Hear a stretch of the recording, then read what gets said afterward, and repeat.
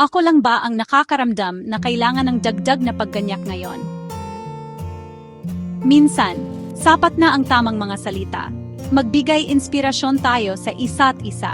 Lahat tayo ay humaharap sa mga hamon, walang exempted diyan.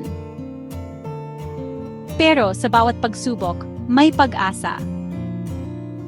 Sabi nga nila, habang may buhay, may pag-asa. Patuloy na maniwala dahil hindi habang buhay ang bagyo. Isa pa sa paborito ko, kung hindi mo pa panahon, huwag kang mainip. Darating din ang tamang pagkakataon. Ang pagiging matiyaga, ang iyong matalik na kaibigan, tiwala lang sa proseso. Walang sinuman ang nabubuhay para sa sarili lamang.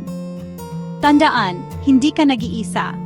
Lumapit ka, ibahagi ang iyong kuwento, at hayaang tulungan ka ng iba. At panghuli, ang bawat pagsubok ay may dalang bagong aral. Bawat paghihirap ay may itinuturo sa atin. Bawat araw ay pagkakataon para maging mas malakas.